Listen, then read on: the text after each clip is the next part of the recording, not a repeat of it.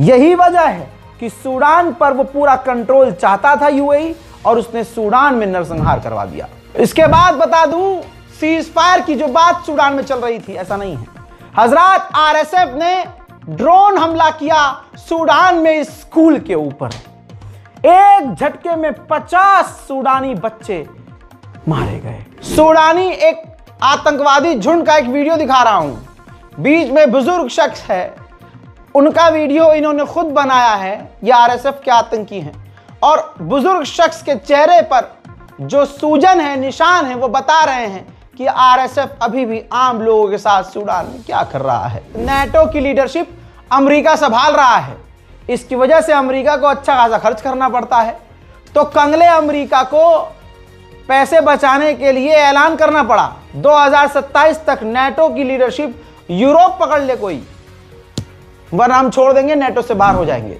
उधर वेनेजुएला के राष्ट्रपति ने कहा है कि चाइना मुझे सपोर्ट कर रहा है और चाइना के लीडर से मेरी लगातार रोज बात हो रही है, हर दिन बात हो रही है, लेकिन हम क्लियर कर देना चाहते हैं कि हम अमेरिका से जंग नहीं चाहते। उधर दोस्तों, दिल जीत लिया है चाइना के लोगों का फ्रांस के राष्ट्रपति इमैनुअल मैक्रोन ने। ये देखिए, आम लोगों से जाकर मिल रहे हैं वहां पर। सेफ्टी में सोचता हूं भाई, सेफ्टी कितनी है। हमारे मोगली जी जहां जाते हैं वहां तो भाई साहब रौला हो जाता है, एक परिंदा भी नहीं आ सकता, भले ही आम आदमी कुचल कुचल के मर जाए, है ना। ये देखिए, और वहां पर बल्कि वो खेल रहे हैं, जनता के बीच जाकर फ्रांस का राष्ट्रपति चाइना में खेल रहा है। हजरात मोहतरम, अंतरराष्ट्रीय प्राइम टाइम रिपोर्ट में जल्दी जल्दी बड़ी बड़ी खबरें आसान जबान में आपको दे दी गई हैं। और भैया, और भी इंटरेस्टिंग खबरों के लिए ऐसे कलयुग में जहां मुसलमानों को कातिल, आतंकवादी कहा जा रहा है, वहां मैंने ये दिखा दिया है। जाइए रज़ाग्राफी सोशल पर, मेरे अगले चैनल पर।